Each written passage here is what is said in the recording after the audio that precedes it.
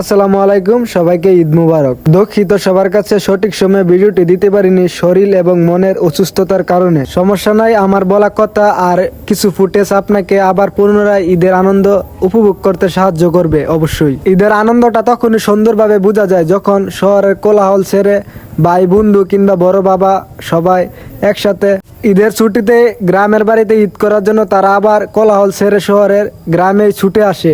তখন ঈদরা আরো বেশি সুন্দর হয়ে আমাদের গ্রামের মানুষগুলোকে আরো সুন্দরভাবে উপস্থাপন করে, আরো আমাদের গ্রামটাকেও আরো সুন্দরভাবে দেখার সুযোগ করে দেয় তারা। আসলে তারা শহর থেকে কিংবা বিভিন্ন জায়গাতে কর্মস্থল থেকে যদি তারা না আসতো, আমরা গ্রামে যারা থাকি তারা হয়তো বুঝতেই পারতাম না যে আসলে আমাদের জীবনও ঈদের আনন্দ বলে। জানেন তো, এক জীবনে ব্যস্ততা আর কোলাহল কখনোই শেষ হয় না, এটা একটার পর একটা লেগেই থাকে। অতঃপর জীবনকে উপভোগ করাটা যে যেমন যেখানে যে স্থান থেকে উপভোগ করাটা আমাদের জন্য উত্তম। আর আমার গোসল করতে তেমন একটা সময় লাগে না, তো দ্রুত গোসল টুসুল করে আমি চলে যেতেছি বাড়ির দিকে। আর বাড়িতে যাই কিছু খাইয়া দিই, ঈদগার দিকে রওনা দিমু। দেখতে দেখতে আমি ঈদগার অনেকটা পথ পাড়ি দিয়ে আসা পড়ছি। তারপরে এটা হচ্ছে আমাদের গ্রামের কবরস্থান, এখান দিয়ে মানুষ শেষ বিদায় ত্যাগ করে জীবনের। আসলে এদিকে তাকালে মনে হয় জীবন কিছুই না, আসলে জীবনে যা কিছুই করছি সব কিছুই ভুল আর পাপ ছিল। আর যার জন্য এত ভাবনা চিন্তা এত কিছুই করলাম, সব কিছুই অন্যের জন্য করে যাচ্ছি।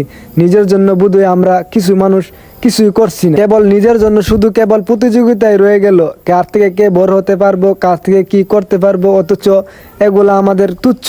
এই দুনিয়া ক্ষণস্থায়ী, আজকে আসি কালকে কেবল নাও আমি থাকতে পারি, আমার জায়গায় অন্য আরেকজন আসবে, এটাই স্বাভাবিক।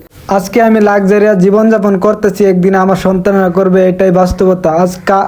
আমার বাবা দিনরাত পরিশ্রমের ফলে আমরা এই দুনিয়াতে এত সুখী শান্তিভাবে জীবনযাপন করতেছি। একদিন আমাদের কষ্টের ফলে আমাদের সন্তানরা এই দুনিয়াতে রাজত্ব করবে। জানি না আমাদের কষ্ট আমাদের সন্তানের জন্য কতটুকু মঙ্গল কামিতা হয়, তবে হ্যাঁ, আমার বাবার প্রত্যেকটা কষ্ট আমাদের জীবনে সফল হয়ে যাওয়ার কারণ। আমি আমার আব্বার দেখছি, আমার আব্বা একটু হালাল বা সৎ উপার্জনে টাকা কামানোর জন্য কত কষ্ট করছে, মেঘে বীর্যে লইতে হুগাইছে, কতই না দিনরাত পরিশ্রম কইরা আমাদেরকে এই পর্যায়ে পৌঁছাইছে। অথচ আমরা আজও বাপের কোনো কারণ গর্বের কারণ হইতে পারলাম না আমার জীবনের সর্ব। তবে হ্যাঁ, আমি জীবনে একবার হলো সফল হতে চাই। আমি আমার আব্বার দেওয়া একটা ছোট্ট স্বপ্ন পূরণ কইরা আমি এই দুনিয়ার মায়া অত্যন্ত ত্যাগ করতে চাই। এই দুনিয়াতে থাকার কোনো ইচ্ছে আমার এখনো নাই, আগেও ছিল না। হয়তো বা হঠাৎ করে একদিন হারিয়ে যেতে পারি। এই ফুটেজগুলো ভালো কথাগুলো আপনাদের মাঝে রাখা যাইতেছে এই জন্যই যে আমার বলা কথা কিংবা কোনো কাজে যদি কেউ কখনো জীবনে ভুল হয়ে থাকেন কিংবা কিছু মনে করে থাকেন, তাহলে অবশ্যই আমাকে ক্ষমা দৃষ্টিতে দেখবেন, এটাই আমার। হ্যাঁ, তবে জীবনে অনেক বড় হওয়ার ইচ্ছা আছে, তবে এতটা বড় হইতে চাই না বড় হওয়ার পরে গরিব এবং অসহায় মানুষে জুলুম অত্যাচার কইরা নিজে বড় হমু, এমন চিন্তা ভাবনা আমার কখনোই ছিল না আর কখনো থাকবেও না। আমার ইচ্ছা একদিন আমার যোগ্যতা আমার পরিশ্রম দিয়ে আমি একদিন বড় হমু, কারো ফাঁসাইটা কিংবা কারো গোলামি কইরা এরকম চিন্তা ভাবনা আমার কখনোই নেই।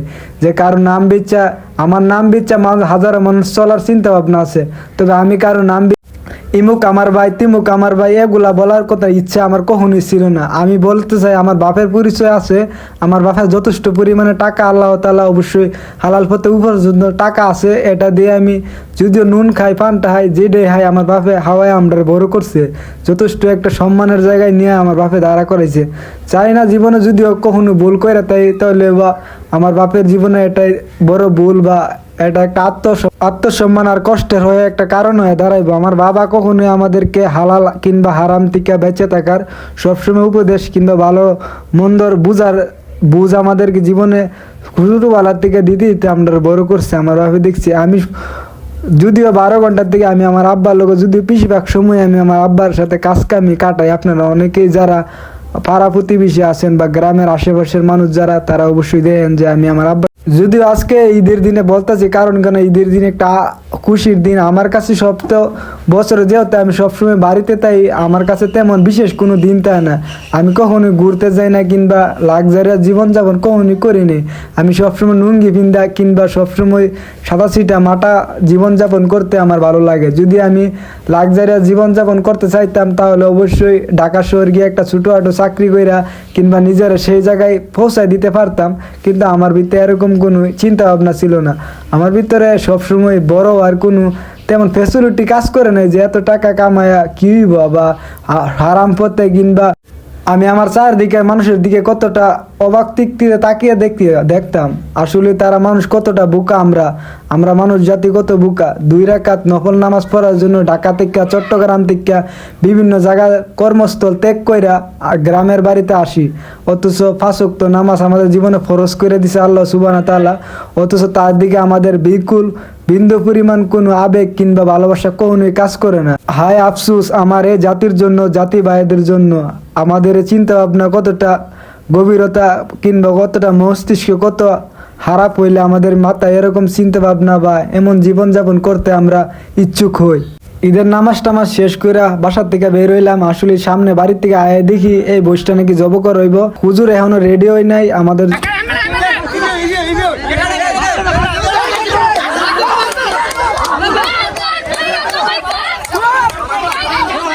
আসলে মুইসটা আমাদের না, আমার চাচা যেটা আর কিছু পাড়া প্রতিবেশী মিল্লা এটার কিনে আনছে আর কি 4-5 জনে মিল্লা এটার কুরবানি দেওয়া হইব। গ্রামের থেকে সুরা গুড়া সবাই মনে করেন কি এগুলো ধরার জন্য সবাই আক্ষিপ্ত যে বছরে একবার আসে, তো এই দিনটা সবাই আমরা গ্রামে যারা তাই সবাই সুন্দরভাবে এটার উপভোগ করি। আবার কিছু কিছু দামরা ফুলাফাইন আছে এগুলা ছায়া ছায়া দেয়, অথচ সবাই কিন্তু যদি এটার উপভোগ করতো বা একদিন তারা মনে করে যে আসলে এগুলা তাদের স্ট্যাটাসে যায় না।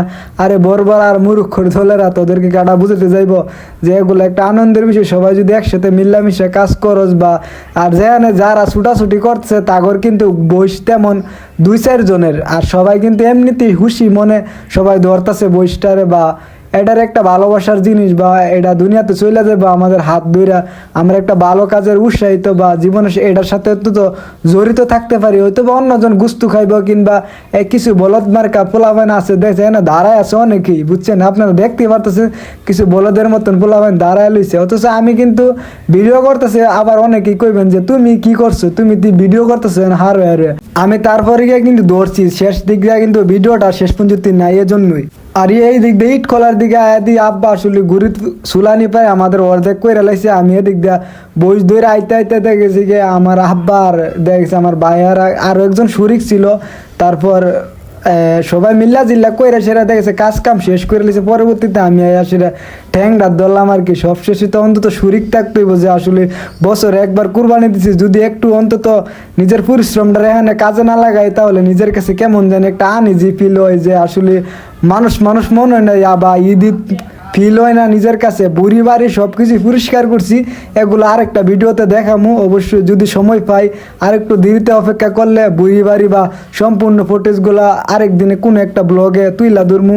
আর ততক্ষণ অবধি আপনি আমাদের চ্যানেলটি সাবস্ক্রাইব করে দিবেন। আপনার একটি সাবস্ক্রাইব আমার আগামী ভিডিও বানাতে অবশ্যই সাহায্য সহযোগিতা করবে। আর দেখতে দেখতে আমার এই ভিডিওটি আপনি দেখলে বুঝতে A to Z যে আমরা আসলে কইতে কি করছি। আর এগুলো হচ্ছে গুস্তু নাপানাপির কাজ চলতেছে, প্রায় আমাদের কাজ শেষ। আর এই দিক দিয়ে যে ভিডিওগুলো দেখতেছেন এগুলো হচ্ছে বন্টন করা হয়েছে আমরা গ্রামের এই নৈতিকতাটা সবার কাছে আমার কাছে বিশেষ করে ভালো লাগে যে গ্রামে যে কুরবানি দেখ কিংবা না দেখ সবাই এই গুস্তুগুলা অন্তত একদিনের জন্য হলো সবাই খাইয়ে যেতে পারে। সবাইকে অসংখ্য ধন্যবাদ এতক্ষণ সাথে থাকার জন্য। আর চ্যানেলটি সাবস্ক্রাইব করতে ভুলবেন না কিন্তু। আর গরুর বুড়ি সাফ করার এগুলা নিয়ে একটা ব্লগ বানাবো কিনা আপনি অবশ্যই কমেন্টস করে জানাই যাবেন, যদি চান তাহলে বানাবো, আর না হয়তো এভাবেই ঠিক আছে। আর আমাদের প্যাকেট করার ভিডিও আসলে দেওয়া হয় না, যে এখানে গ্রামের অনেক মানুষই অনেকে কুরবানি দেয় নাই, তাদেরকে আমি দেখানোর কোনো ইচ্ছে মনে করি নাই।